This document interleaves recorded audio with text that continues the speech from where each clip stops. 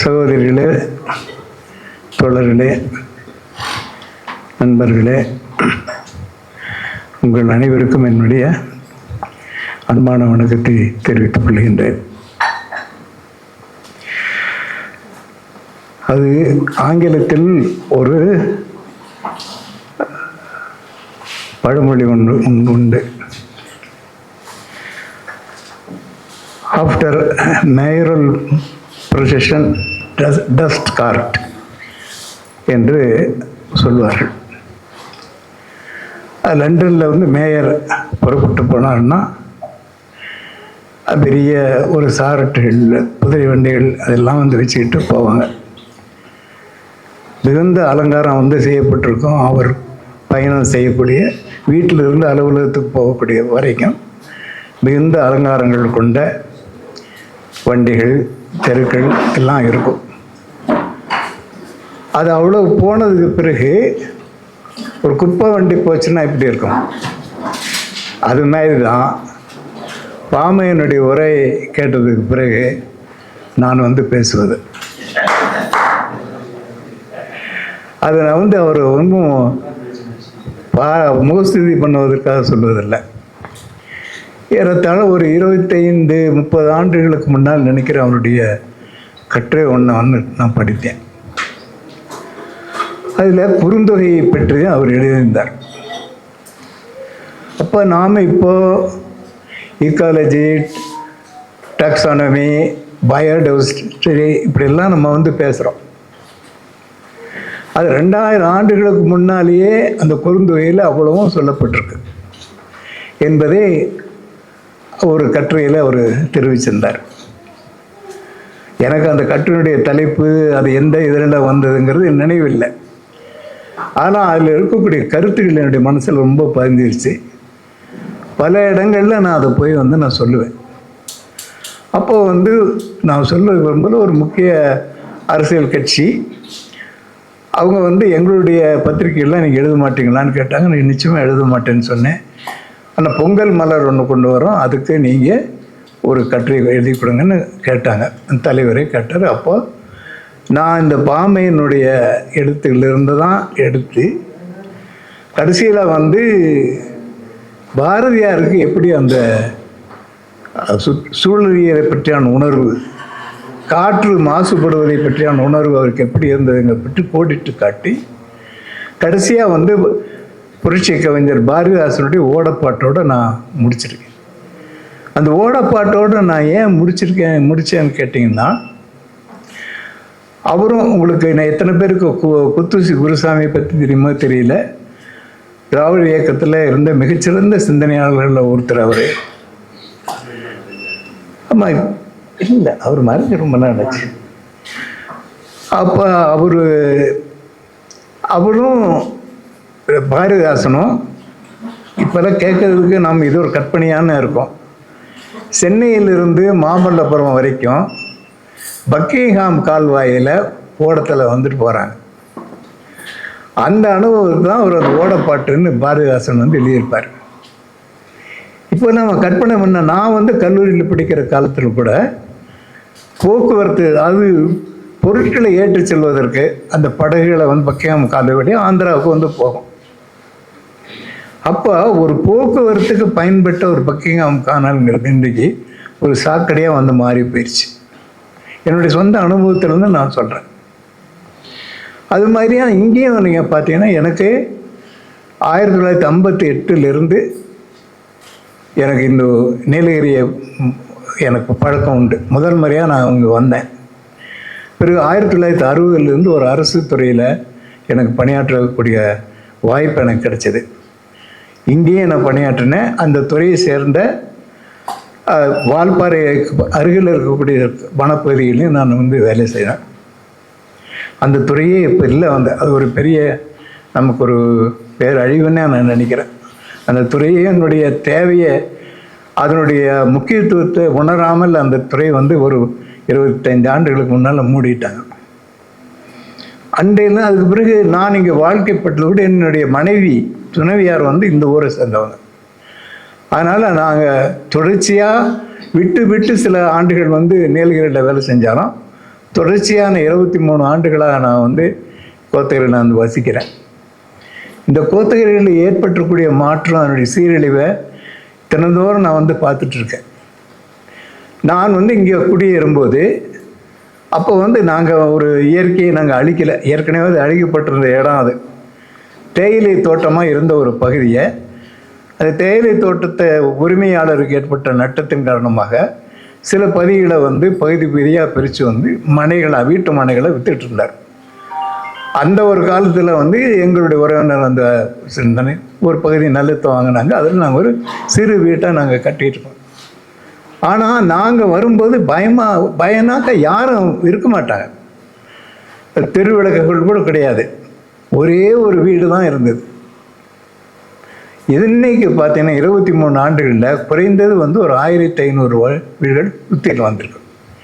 இந்த 1500 வீடுகள் என்பது வந்து பெரும்பாலும் அது அது அது அது கட்டியவர்கள் வந்து குடியிருப்பதற்கான வீடுகள் இல்லை. 195% வந்து கெஸ்ட் ஹவுஸ்ன்னு சொல்கிறோமே, அதுதான் வந்து அது கெஸ்ட் ஹவுஸ் என்பது வந்து பெரிய வந்து ஒரு கொள்ளை அடிப்பதற்கான, இயற்கையை வந்துட்டு சூறையாடுவதற்கான ஒரு தொடர்ச்சியான வலைப்பின்னல் சொல்லலாம்.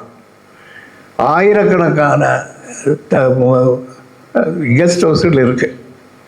யானை வழித்தடங்களில் யானை கஜேந்திரன் நினைக்கிறேன், அவர் தான் வந்து ஒரு வழக்கு போட்டு, அவரோ அல்லது யாரோ ஒரு பெருமகன் அவர் வழக்கு போட்டு ஒரு 400 குறைந்த அளவுக்கு ஒரு 400 இந்த விருந்தினர் மாளிகைகள் யானை வலைத்தடங்களில் இருக்குதுன்னு சொல்லி சில ஆண்டுகளுக்கு முன்னாலே அதையெல்லாம் மூட சொன்னாங்க. ஆனால் நீலகிரி நான் வந்து இங்கே வனத்துறை அலுவலர்கள் வந்திருந்தாங்க. நான் அவங்க இருக்கும்போதே நான் சொல்லணும்னு நினச்சிட்டு இருந்தேன். வனத்துறை அதிகாரிகளாக வந்தவர்களோ அல்லது காவல்துறை அதிகாரிகளாக வருபவர்களோ அல்லது ஆட்சியர்களாக மாவட்ட ஆட்சியர்களாக வருபவர்களோ அவங்க யாராக இருந்தாலும் முதல்ல வரும்போது ரொம்ப கரார் பேர் வழியாக காட்டுவாங்க. ஆனால் இங்கே தான் அவங்களுக்கு ஏதாவது அவங்களுக்கு பெரிய யார ஒரு ஒரு பங்களா கட்டுவாங்க அல்லது வந்து நிலத்தை வந்து கிடைப்பாங்க துண்டு. எனக்கு தெரிஞ்ச வரைக்கும் இப்போ எங்கள் ஊர் நான் பின்னால் அதை பற்றி வந்து பேசுகிறேன். என்னுடைய வீட்டுக்கு மேலே ஒரு மலை, தேன்மலைன்னு ஒன்று இருக்குது.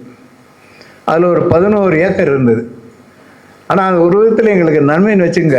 அதை வந்து ஒரு இன்றைக்கும் இந்த இன்னும் ஒரு பணிபுரிந்துட்டுக்கூடிய ஒரு IAS அதிகாரியுடைய உடமை தான் அது.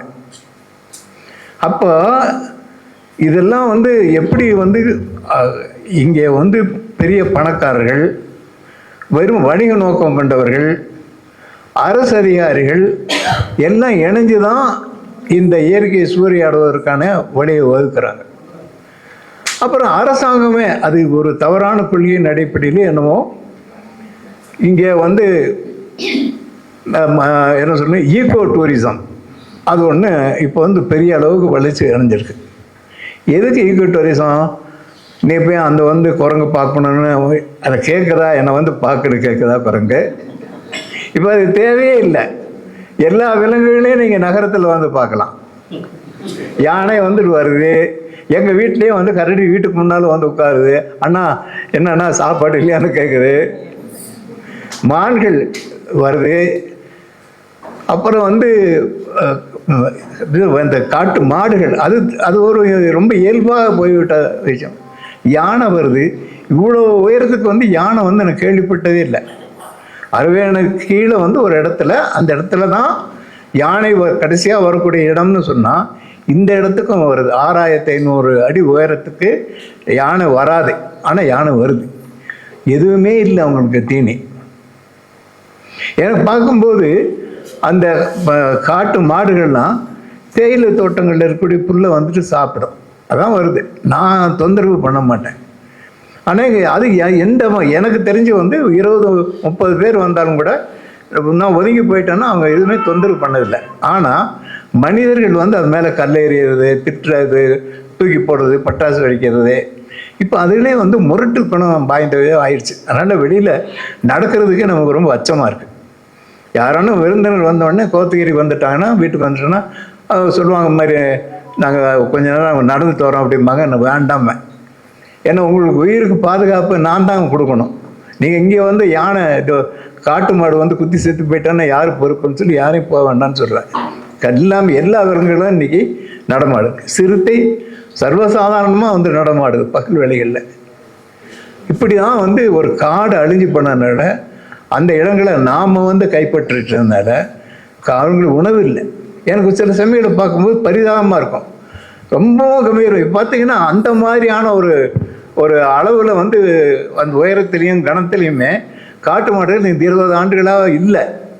ஏறக்குறைய வந்து ஆண் காட்டு மாடு யானை அளவுக்கு வந்து இருக்கும். அதெல்லாம் இப்போ வந்து பார்த்தா பரிதாபமாக இருக்கும். அந்த தேயிலை தோட்டத்தில் இருக்கக்கூடிய புல்லை சாப்பிடும். அதுக்கு நாங்கள் கண்ணு புல்லுன்னு சொல்லுவோம். அதுக்கு ஒன்றும் சத்தே இருக்காது. மாட்டு கூட அதை அறுத்து போட மாட்டாங்க. அந்த கண்ணை புல்லை வந்து சாப்பிடக்கூடிய பரிதாப நிலைக்கு அந்த விலங்குகளை தள்ளியது நாம தான். அப்போ நாம் வந்து இன்றைக்கி யானையை வந்து வந்தால் ஐயோ வனக்காவலர்கள் வந்துட்டு உத்தரத்துல வந்து திட்டுறோம். அப்புறம் காட்டு மாடுகளை வந்து நம்ம ரோட்டில் ஏன் விடுறீங்கன்னு திட்டுறோம். அவங்களால எத்தனை பேர்த்த அனுப்பிவிட்டுருக்க முடியும்? அவங்களுக்கு இருப்பதற்கான இடமே இல்லை. நகரங்கள் தான் அவங்களுடைய இருப்புக்கான இடமா வந்துட்டு இருக்குது. இப்படி ஒரு நிலைமையை நான் வந்து பார்க்குறேன். இதுக்கு வந்து நான் ஒரு சுற்றுச்சூழலை பற்றியான ஒரு ஆய்வு கட்டுரையில் படிக்க வேண்டிய அவசியமே இல்லை. எனக்கு நான் கண்ணா என்னுடைய நேரடியாக அனுபவத்தில் நான் இந்த 23 ஆண்டுகளாக நான் வந்து பார்க்குறேன். அப்புறம் பார்க்குறேன்னா இந்த 5 மாதங்களில் இன்னைக்கு காலையில் மழை பெஞ்சுது. அது உண்மையிலேயே அந்த மழை இது சாரல் மழை தான். அந்த மழையில் வந்து நனைஞ்சிட்டு வர்றது ஒரு அனுபவம். சரி, வயசாச்சு ஏதாவது வந்து காய்ச்சல் நீச்சல் வந்துடுவாங்க, இந்த ஜாக்கெட் எடுத்து போட்டேன். 6 மாதம் நான் வந்து போட்டிருக்கேன்னா இங்கே வந்து போடவே முடியாத அளவுக்கு ஆகிப்போச்சு. இப்போ நானே இங்கே வர்றேன், கோத்தகிரி நகரத்துக்கு நான் வர்றேன். இங்கே வந்ததுக்கு பிறகு என்ன பண்ணோன்னா, எனக்கு இங்கே வந்தால் இன்றைக்கி உங்களுக்கு எதுவும் தெரியல, உங்களுக்கு ஒரு பெரும் பேர் இருக்குன்னு நினைக்கிறேன். இன்றைக்கி அவ்வளோ வெயில் இல்லை. நான் இங்கே வந்துட்டு போனேன்னா இன்னும் மேட்டுப்பாளையத்துக்கு வந்த மாதிரி இருக்கும் எனக்கு.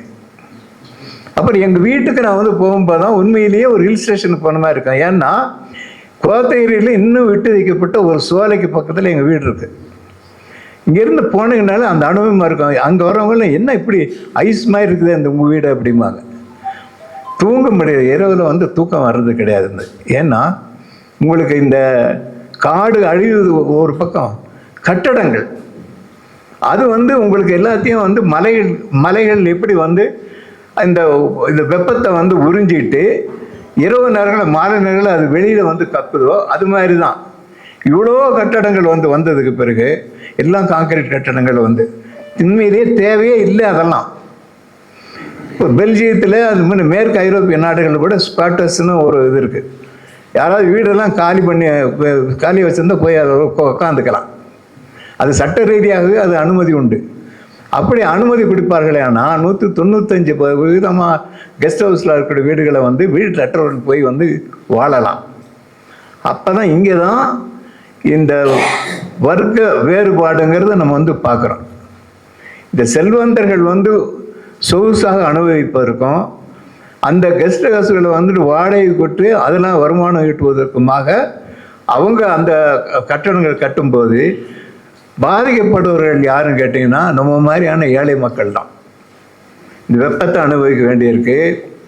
இவங்க உறிஞ்சக்கூடிய தண்ணி சாதாரணமாக வந்து நிலத்தடி நீரை வந்துட்டு எடுக்கக்கூடாதுன்னு உத்தரவு இருக்குது. ஆனால் நீங்கள் காசு கொடுத்தீங்கன்னா 15,000 கொடுத்தீங்கன்னா நீங்கள் நிலத்தடி நீரை எடுக்கிறதுக்கான பெர்மிஷன் கிடைக்கும். ஊட்டியில் பூராமே எல்லா கெஸ்ட் ஹவுஸ்லேயும் எல்லா வந்து முக்கியமான ஹோட்டல்லையும் அந்த நிலத்தடி நீரை உறிஞ்சி தான் உங்களுக்கு வந்து தனியாக வந்து கொடுக்குறாங்க. இன்னும் பெரிய அளவுக்கு இந்த கோத்தகிரியில் வரல. ஆனால் வரவுக்கான வாய்ப்புகள் வந்துட்டு அதிகமாக இருக்கு. இப்போ 20 ஆண்டுகளுக்கு முன்னாலே ஊட்டியில் மின் விசிறிகள்லாம் வந்துருச்சு. பல இடங்களில் ஏர் கண்டிஷனும் வந்துருச்சு. ஒரு 10 ஆண்டுகளுக்கு முன்னால் தான் இதெல்லாம் வந்து குன்னூருக்கு வந்தது. இப்போ 2 ஆண்டுகளாக கோத்தகிரிலையும் நீங்கள் பார்க்கலாம். முக்கியமான கடைத்தறிகளுக்கெல்லாம் போனால் ஃபேன் இருக்குது, ஏர் கண்டிஷனர் இருக்குது. இதெல்லாம் வந்துருக்குன்னா அந்த அளவுக்கு வந்து வெப்பம் இங்கே அவ்வளோ அதிகமாகிடுச்சு. ஒரு காடு அழிஞ்சனால ஏற்பட்ட வெப்பம், இவ்வளோ வீடுகள் இவ்வளோ கட்டடங்கள் கான்கிரீட் காடுகள் வந்ததுனால வரக்கூடிய அது உமிழக்கூடிய வெப்பம், இதெல்லாம் சேர்ந்து நம்ம மாதிரியான ஆட்களை தான் வந்துட்டு பாதிக்குது. அது மாதிரி தான் இப்போ வந்து ஐரோப்பா எரியுது. உண்மையில் நம்ம நம்பவே முடியல. ஜெர்மனியில் 47 டிகிரிங்கிறான், 45 டிகிரிங்கிறான் வெப்பம். ஃப்ரான்ஸில் எப்போவுமே கொஞ்சம் வெப்பம் அதிகமாக இருக்கும். நானும் ஒரு முறை போயிட்டு வந்து ஒரு சம்மரில் 39 டிகிரி வரைக்கும் இருந்தது. இப்போ வந்து 45, 46 ஸ்பெயின் எல்லாத்துலேயும் அது ஒரு பக்கம் வருது. இன்னொரு பக்கம் பார்த்தா திடீர்னு வந்துட்டு வெள்ளம், ஏராளமான வந்துட்டு வெள்ளம் வருது. இந்த ஐரோப்பிய நாடுகளில் இருக்கக்கூடிய முதலாளிகள்லாம் உண்மையிலேயே இந்த சுற்றுச்சூழலுக்கு பெரிய கேடுகள் ஏற்படுத்தக்கூடியவர்கள் வந்து அவங்க தான் பாரிஸ் ஒப்பந்தத்தில் கையெழுத்து போட்டிருக்காங்க. ஆனால் எந்த விதமான நடவடிக்கையும் அவங்க வந்து எடுக்கிறதே கிடையாது. அந்த மாதிரி இடங்களில் ஓரளவுக்கு சுற்றுச்சூழல் இயக்கங்கள்லாம் நிறைய வந்துட்டுருக்கு. நம்ம ஊரில் இருக்கக்கூடிய கம்யூனிஸ்ட்னு சொல்லியிருக்கவங்களுக்கு சுற்றுச்சூழலை பற்றியோ, மார்க்ஸ் அதை பற்றி எவ்வளோ அக்கறை கொண்டு வந்தார் என்பதை பற்றியோ, ஏங்கல்ஸ் அதை பற்றியான எவ்வளோ எழுதியிருக்கார் பற்றி ஒன்றுமே தெரியாது. உண்மையிலே முதன்மையாக இன்றைக்கு பாவேன் சுட்டிக்காட்டு போல இன்னைக்கு முதன்மையாக நம்ம வந்து எடுத்துக்கொள்ள வேண்டிய விஷயம் சூழலியல் பாதுகாப்பு, காலநிலை மாற்றத்துக்கு எதிரான வந்துட்டு போராட்டம். அப்போ வனங்களை வந்து பாதுகாப்பது, இயற்கையை வந்து பாதுகாப்பது, இது ஒரு தனி மனிதன் செய்யக்கூடிய காரியமே அல்ல. சில காரியங்கள், சில இயக்கங்கள் வந்து தனி மனிதர்கள் அல்லது ஒரு ஊரை சேர்ந்தவர்கள் அல்லது ஒரு மாவட்டத்தை சேர்ந்தவர்கள் வந்துட்டு செய்யலாம். அதுக்கு வந்து ஸ்டெர்லைட் போராட்டம் எனக்கு தெரிஞ்சு தமிழ்நாட்டில் வெற்றிகரமாக மக்கள் இயக்கமாக இருந்து வெற்றிகரமாக ஒரு முடிந்த இயக்கம் வந்து தூத்துக்குடியில் இருக்கக்கூடிய, அது பல தரப்பட்டவர்கள் அதில் கலந்துக்கிட்டாங்க. அதில் அவங்களுக்குள்ள கருத்து வேறுபாடுலாம் இருந்தது. யார் தலைமை தாங்கிறது, யார் அதில் பேர் வாங்குறதுங்கிற எல்லாம் இருந்தது. ஆனாலும் கூட ஒரு கட்டத்தில் எல்லாரும் இணைஞ்சு அது பெரிய போராட்டமாக வந்து வெடித்து, மக்கள் போராட்டமாக வெடித்து, அப்புறம் அந்த போராட்டம் தான் அந்த ஆலயம் வந்து செயல்படாமல் தடுத்து நிறுத்தியிருக்கு. ஆனால் அவன் வந்து மீண்டும் வந்து அவன் பசுமை தீர்ப்பாயத்துக்கோ அல்லது ஏதோ ஒரு நீதிமன்றத்துக்கோ அணுகியிருக்க. நான் படித்தேன் வேதாந்த நிறுவனம். ஏன்னா வந்து தாமிரம் ரொம்ப முக்கியமானது, அதை உற்பத்தி செய்யணும், அது இந்த இடத்துல தான் உற்பத்தி செய்ய முடியும், வேறு எங்கேயுமே உலகத்தில் உற்பத்தி செய்ய முடியாது அப்படின்னு ஒரு வழக்கு வந்து தொடுத்துருக்காங்க. தெரியாது, இன்றைக்கு இருக்கக்கூடிய நீதிமன்றங்கள் செயல்படக்கூடிய விதத்தை பார்த்தா ஒருவேளை அவங்களுக்கு ஆதரவாக கூட தீர்ப்பு வரலாம். அப்போது என்ன செய்வது? அப்போ வந்து மக்களை நம்ம அணுகி தர வேண்டும். நம்ம வந்து படைப்பாளிகள், கவிதை எழுதுகிறோம், மாதிரி ஆய்வறிஞர்கள், பாமையன் போன்றவர்கள்லாம் இந்த மாதிரி நிறையா வந்து ஆய்வு கட்டுரைகளை எழுதுகிறாங்க. மருத்துவர் சிவராமன் போன்றவர்கள்லாம் வந்துட்டு ஏன் இந்த ஆங்கில மருத்துவத்தில் கேடுகளை பற்றி எடுத்துரைக்கிறாங்க. நிறைய அந்த கல்லூரிகளில் இருக்கக்கூடிய மாணவர்கள், பள்ளியில் இருக்கக்கூடிய மாணவர்கள்லாம் இந்த அது செவிமடுத்து கேட்குறாங்க. இன்றைக்கி சூழலியல் பிரச்சனைங்கிறது ஏதோ ஒரு சம்பந்தம் இல்லாமல் ஒரு மேட்டுக்குடி வர்க்கத்தினுடைய பிரச்சனைன்னு நினச்சிருந்த காலமெல்லாம் போய் இன்றைக்கி ஒவ்வொரு குடிமகனுடைய பிரச்சனை என்பதை உணரக்கூடிய அளவுக்கு கல்லூரி மாணவர்கள் மத்தியில் கொஞ்சம் விழிப்புணர்வு ஏற்படுது. இந்த மாதிரி ஓசை காளிதாஸ் போன்றவர்கள்லாம் வந்து அங்கே போய் நிறைய வந்து உரையெல்லாம் நிகழ்த்துறாங்க. ஆனால் அது ஒரு ஆக்ஷனாக டிரான்ஸ்லேட் ஆகுதா? இல்லை. நான் எவ்வளோதான் காகிதம் கடை உங்களுக்கு இவ்வளோ தத்துவம் இருந்தாலும் கூட அது செயலோடு இணைக்கப்படும் போது தான் அதுக்கான ஒரு வீரியமோ அல்லது அதனுடைய பயன்பாட்டு தன்மையும் வந்துட்டு வரும். மாவோ சொல்லுவார் வந்து ரைட்டு, எத்தனையோ தியரி புக்ஸ் எல்லாம் எடுத்துகிட்டு நீங்கள் வந்து படிச்சுட்டே இருந்தால் என்ன பிரயோஜனம்? வந்து ஒரு அது எப்படி சொல்லுவாருன்னு கேட்டால், ஒரு அம்பை எடுத்துட்டு எவ்வளோ அழகான அம்பு, எவ்வளோ அழகான அம்புன்னு தடவி கொடுத்த அப்படி அதனால் எந்த பயன் இருக்காது. அந்த அம்பு என்பது எய்வதற்கு. அது மாதிரி தான் வந்து நம்ம படிக்கக்கூடிய கவிதைகளோ அல்லது வந்து கலைகளோ நிகழ்கலைகளோ அல்லது வந்து ஒரு கருத்தியல் ரீதியான கட்டுரைகளோ அதற்கான பயன்பாடு என்பது அவை செயலோடு இணைக்கப்படும் போது தான் இருக்கும். சில செயல்பாடுகளை வந்து உதாரணமாக சொல்கிறேன். வந்து இப்போ நகரத்தினுடைய கட்டமைப்புகளை, நகரத்தினுடைய அமைப்புகளை முற்றிலும் மாற்றினால் ஒழிய இந்த பிரச்சனைக்கு தீர்வு வராது. யார் மாற்றுறது? அதுக்கு ஒரு பெரிய அளவுக்கான ஒரு சமூக புரட்சி, அதுக்கு பொருளாதார புரட்சி அது தேவைப்படும். வந்து அப்போ அதில் தான் வந்து அந்த கட்சிகளுக்கு நம்ம உணர்த்த வேண்டிய கடமை நமக்கு இருக்குது. இது உங்களுடைய திட்டத்தில் சேருங்க. ஏன்னு கேட்டால் உங்களுக்கு வந்து இப்போ டெல்லி மாதிரி இடங்கள், மெட்ராஸ் மாதிரியான இடங்கள்ல நானே அனுபவிச்சிருக்கேன். நான் போய் இங்கே வந்து நண்பர்கள் வந்து நாங்கள் ரொம்ப சிரமப்பட்டேன்னு சொல்லிட்டு 2015 என்னை சென்னையில் கொண்டு போய் உட்கார வச்சாங்க. கோயம்பேடு பக்கத்தில் நான் என்னுடைய துணையாரையும் நானும் கொண்டு உட்கார வச்சாங்க. அந்த வீட்டு அது மரங்கள்லாம் அடர்த்தி இருக்குது. ஆனால் எனக்கு வந்து சூடே தாங்க முடியல. எப்படி இந்த சூடு வருது அப்படின்னு பார்த்தா, எல்லாரும் பக்கத்து வீட்டு எல்லாரும் 2 ஏர் கண்டிஷன் வச்சுருப்பாங்க. அப்போ அவங்களுக்கு உள்ள பிடிச்சா இருக்கும். ஆனால் அது வெளியில் கக்கக்கூடிய வெப்பம் பூரா நம்ம வீட்டுக்கு ஓடியே வந்துட்டு. அந்த காலத்தெல்லாம் உங்களுக்கு மெட்ராஸில் பெருவெள்ளம் வந்து 2015 பெருவெள்ளம் வந்து நாங்கள் அந்த வெள்ளத்திலேயே மறந்துக்கிட்டு தான் நாங்கள் திருச்சிக்கு போய் சேர்ந்தோம், எங்களை பாதுகாத்துக்கிறதுக்கா. அப்படி ஒரு நிலைமை அங்கே இருந்தது. அப்போ இந்த மாதிரி பிரச்சனையை எப்படி எடுக்கிறது, யார் எடுக்கிறது? இப்போ பூலியன் மைந்தர்கள் அவர்கள் சார்பாக வந்து ஒரு செய்தியை ஒரு 4 நாளுக்கு முன்னால் படித்தேன். அதானி 374 ஏக்கர் வனநிலங்கள் வந்து ஜவாத் மலையில் வந்து பாதிக்கப்படும், அழிக்கப்படும். யார் அது பாதிக்கப்படுவார்கள்? அந்த மலை வாழ் மக்கள் சார்ந்திருப்பாங்க. அப்புறம் காட்டில் இருக்கிற பொருட்களை வந்து சேகரித்து பயனடையக்கூடிய சாதாரண மக்கள் வந்து பாதிக்கப்படுவார்கள். அப்போ அந்த சுற்றுச்சூழலாம் அழிக்கப்படும் போது வந்து உயிரில் பன்மைத்துவம் என்பது வந்து அழிக்கப்படும், விலங்குகள் வந்து அழிக்கப்படும். இதெல்லாம் வந்து அப்போ அவங்க ஏற்கனவே ஒரு எச்சரிக்கை குரலை வந்து அவங்க எழுப்பியிருக்காங்க. ஆனால் அதை எப்படி வந்து செயல்படுத்துவது? அதான் நீங்கள் நுழையாமல் இருப்பதற்கு என்ன வழிமுறைகள் இருக்குது? எந்த அரசியல் கட்சி வந்து அதுக்கு வந்து அதை வந்து முதன்மைப்படுத்தி அதுக்கு எதிராக வந்து செயலாற்றுவதற்கு தயாராக இருக்கு? அப்போ அந்த அரசியல் கட்சிகளை போய் நிர்பந்தம் பண்ணக்கூடிய கடமை நமக்கு இருக்கிறது அல்லவா? இப்படி பல யோசனைகள் வந்து இருக்கு. இது இடதுசாரின்னு இன்னைக்கு சொல்லியிருக்கவங்களும் இதெல்லாம் ஒன்றுமே தெரியாது.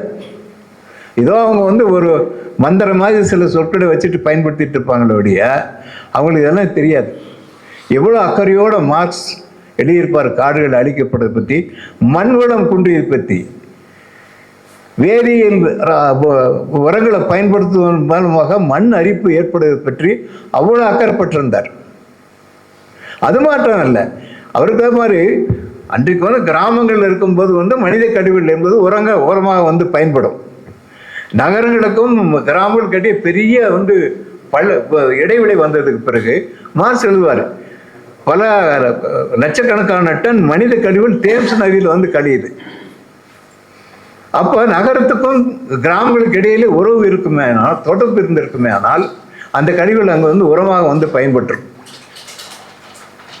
அப்படிப்பட்ட அக்கறை அவங்களுக்கு இருந்தது. அதனால தான் இன்னைக்கு வர்க்க போராட்டம் அப்படின்னு வந்து பேசும்போது, பெண்ணுரிமை போராட்டம் என்று பேசும்போது அதில் பிரிக்க முடியாததாக சூழலில் பாதுகாப்பு போராட்டம் என்பது இருக்கு. அப்போ சூழலில் பாதுகாப்பு போராட்டம் என்பது உண்மையிலே பார்த்தீங்கன்னா அது ஒடுக்கப்பட்ட சுரண்டப்பட்ட மக்கள் அவர்களுடைய பிரச்சனை அது. அப்போ அந்த பிரச்சனையோடு தொடர்பு படுத்தி ஒரு இயக்கங்கள் உருவாவதற்கு நாம் என்ன செய்ய வேண்டும் என்பதை இந்த 3 நாளில் வந்து நம்ம சிந்தித்து பார்க்க வேண்டும். இப்போ நம்ம என்ன விழிப்புணர்வை நம்ம ஏற்படுத்தலாம். அதில் சின்ன ஊர்களில் சில முன்னெடுப்புகளை நடத்தலாம். இப்போ நானே வெற்றிகரமாக இங்கே வந்த காலத்தில் வந்து ஒரு ஏறத்தாழ வந்து 2-3 கிராமம் 4-5 கிராமங்களை பாதிக்கக்கூடிய ஒரு தொழில் சாலை ஒன்று இருந்தது எங்கள் வீட்டுக்கு நேர் மேலே. அது அவங்க தயார் பண்ணுறதுக்கு 450 டிகிரி செல்சியஸ் அவ்வளோ உப்பத்தில் வந்து அதை வந்து 2 பொருட்களை அவங்க சேர்க்கணும். அது சேர்த்து முடிச்சதுக்கு பிறகு அவங்க வந்து அந்த மூடியை திறந்து விடுவாங்க. ஏதோ அந்த அணு வெடிக்கிற மாதிரி வந்து அணு குண்டு வெடிச்சா எப்படி புகை இருக்கும், அப்படி புகை இருக்கும். அந்த கரித்துகள் பூரா வந்துட்டு ஆயிரக்கணக்கான வீடுகள் மேலே வந்து படிஞ்சிருக்கும். அப்போ நாங்கள் எடுத்தோம், இந்த ஊர் மக்கள் பூராத்தையும் திரட்டி எடுத்து 1.5 ஆண்டுகள் விடாமல் வந்து போராடினோம். பத்திரிகையாளர்கள் மூலமாக போராடினோம், கூட்டங்கள் மூலமாக போராடினோம், மனுக்கள் மூலமாக வந்து போராடினோம். ஆனால் ஏதோ ஒரு வகையில் கேட்டால் ஏதோ ஒரு இடத்துல வந்து நல்ல அதிகாரிகள் நம்முடைய கண்ணுக்கு தென்படுவாங்க. எதுவுமே முடியல, வனத்துறையினரும் முடியல, நெடுஞ்சாலைத்துறையினர் தான் இதுக்கு பாத்திரம் வகிக்கிறாங்க இந்த பொருளை உற்பத்தி பண்ணுறதுக்கு. அவங்களுக்கு அப்போ கடைசியில் என்ன பண்ணணும்னு கேட்டால் நல்ல அதிகாரிகள் வந்தாங்க. வந்தவுடனே நாங்கள் வந்து முறையிட்டோம். ஒவ்வொரு நாள் ஒவ்வொரு வாரமும் திங்கட்கிழமை அன்னைக்கு போய் முறையிடுவோம். ஒரு முறை நல்ல ஆட்சியர் இருந்தார், உண்மையிலேயே நல்ல ஆட்சியர் இருந்தார், விதிவிலக்கான ஒரு ஆட்சியர். அவர் சொன்னார், நீங்கள் வந்து ஆர்டிஓட்டுக்கு போய் சொல்லுங்கன்னார். அப்புறம் அவங்ககிட்டையும் போய் பார்த்தோம். அவங்க நேரடியாக வருகை செஞ்சாங்க. என்ன செய்யலான்னு சுற்றுச்சூழல் இங்கே என்வாயன்மெண்ட் டிபார்ட்மெண்ட்டாக அதுலேருந்து யாரையாவது இருக்காங்களா அப்படின்னு கேட்டார். அவங்கள நம்பலை, உங்களால் எதை செய்ய முடியுமான்னு கேட்டோம். அவர் வந்து தன்னுடைய அதிகாரத்தை பயன்படுத்தி சிஆர்பிசி குற்றவியல் நடைமுறை சட்டத்தினுடைய 133வது பிரிவை வந்து பயன்படுத்தி அது மக்களுக்கு இடையூறு விளைவிக்கக்கூடியது என்று சொல்லி ஒரே நாளில் நிறுத்தினார். இது என்ன கேட்டால், நம்ம தொடர்ந்து வந்து போராடினா, மக்களோடு இணைந்து மக்களை திரட்டி வந்து போராடினா நிச்சயமாக வெற்றி கிடைக்கும் என்கின்ற ஒரு நம்பிக்கையை நமக்கு வந்து ஊட்டுச்சு. அதே மாதிரி தான் ஸ்டெர்லைட் போராட்டம், மக்கள் திரண்டு போராடுவர்களே. ஆனால் அங்கே நடந்த போராட்டம் என்பது எந்த கட்சியினுடைய தலைமையிலும் நடக்கலை. ஆனால் ஒரு குறிப்பிட்ட தலைமையினுடைய குறிப்பிட்ட கருத்தியலோடு குறிப்பிட்ட கண்ணோட்டத்தோடு மக்கள் இயக்கங்கள் வந்து நிறுவப்பட வேண்டும். அப்போ அந்த சுற்றுச்சூழல் பிரச்சனைகளுக்கான தீர்வு என்பது இந்த மக்கள் போராட்டங்கள் மூலமாக தான் நமக்கு கிடைக்கும். அதற்கு நாம் என்ன செய்ய வேண்டும்?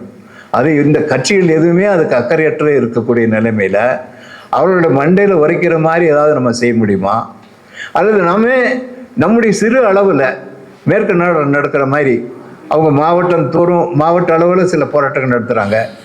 அது குறிப்பிட்ட நிறுவனங்கள் பயர் கம்பெனி அந்த மாதிரி குறிப்பிட்டு அந்த கம்பெனிகளுக்கு எதிராக போராடுறாங்க.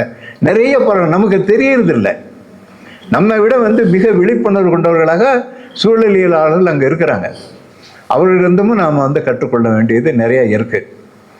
எனவே இங்கே இன்னைக்கு 3 நாளில் இங்கே இருக்கக்கூடிய படைப்பாளிகள், சுற்றுச்சூழல் ஆர்வலர் எல்லாம் நம்ம சிறு அளவில் செய்யக்கூடிய, அதாவது நம்முடைய தியரின்னு நாம் பேசிட்டு இருக்கக்கூடிய கருத்துக்களை மடைமாற்றம் செய்து செயல் அளவில் கொண்டு வர்றதுக்கு நம்ம என்ன செய்யலாம், சின்ன ஊர் அளவில் என்ன செய்யலாம், மாவட்ட அளவில் என்ன செய்யலாம், மாநில அளவில் என்ன செய்யலாம் என்பதை பற்றி சிந்திக்க வேண்டும். ஏறக்குறைய 130 ஆண்டுகளுக்கு முன்னால் ஃப்ரெடரிக் எங்கல்ஸ் எழுதின ஒரு சிறு கட்டுரை, அது சும்மா ஒரு 5 நிமிஷம் தான் ஆகும். விலங்கு புற இயற்கை வெறுமனே பயன்படுத்தி கொண்டு தான் அங்கே இருப்பதன் மூலமாக மட்டுமே இயற்கையில் மாற்றங்களை கொண்டு வருகிறது. மனிதனும் தான் ஏற்படுத்தும் மாற்றங்களின் மூலமாக இயற்கையை தன் குறிக்கோளுக்கு பணியும்படி செய்கிறான், அதை தன் வசப்படுத்துகிறான். ஏன்னா நிறைய பேர் வந்து கான்கரிங் நேச்சர் அப்படின்னு ஒரு தவறாக மொழிபெயர்க்கப்பட்டிருக்கு. அப்படி அல்ல, வசப்படுத்துகிறான். அவன் மனிதனுக்கும் இதர விலங்குகளுக்கு அனைத்துக்கும் உள்ள இறுதியான அடிப்படையான வேறுபாடு இதுதான். இந்த வேறுபாட்டை நிகழ்த்துவது உழைப்பே என்பதை மீண்டும் ஒரு முறை குறிப்பிட வேண்டும். இருந்த போதிலும் இயற்கையின் மீது நமது மானுட வெற்றிகளை வைத்துக்கொண்டு நாம் அளவு கடந்து தற்புகழ்ச்சி கொள்ள வேண்டியதில்லை. ஏனெனில் இத்தகைய வெற்றி ஒவ்வொன்றுக்கும்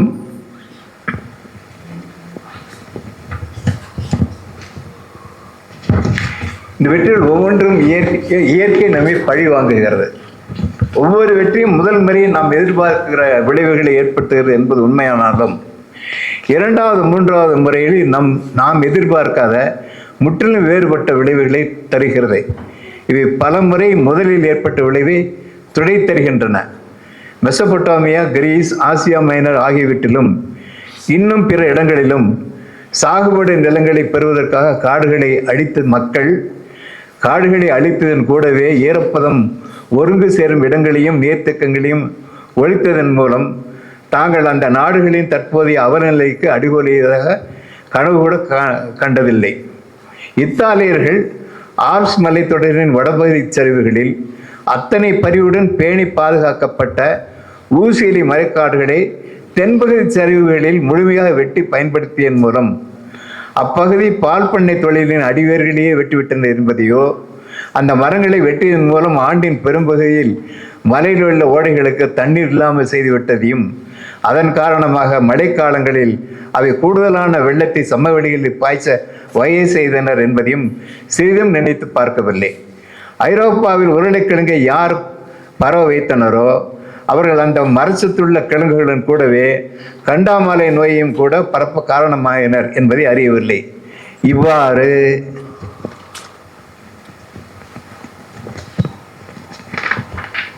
அயல்நாட்டு மக்கள் மீது வெற்றி வாகை சூடியவனைப் போல, இயற்கைக்கு புறத்தில் நிற்கும் ஒருவனைப் போல இயற்கையின் மீது எவ்வகையிலும் நாம் ஆளுகை புரியவில்லை என்பதும், அதற்கு மாறாக நமது சதை, இரத்தம், மூளை ஆகியவற்றுடன் இயற்கையோடு சேர்ந்தவர்களாகிய நாம் அதன் நடுவில் வாழ்கிறோம் என்பதும், இயற்கையின் விதிகளை கற்றுக்கொண்டு அவற்றை சரியான முறையில் புரிய தான் இதர விலங்குகள் அனைத்தையும் காட்டிலும் நமக்கு அனுகூலம் இருக்கிறது என்னும் அளவிற்கே அதனை நாம் ஆளுகை செய்கிறோம் என்பதும் ஒவ்வொரு கட்டத்திலும் நமக்கு நினைவூட்டப்படுகிறது.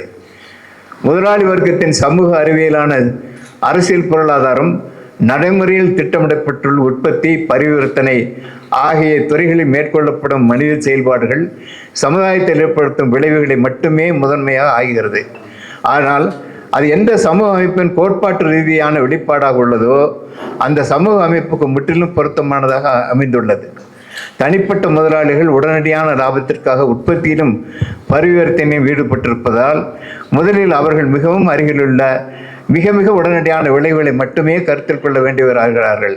இதுக்கு ஒரு உதாரணம், பவானியை பற்றி சொன்னாங்க.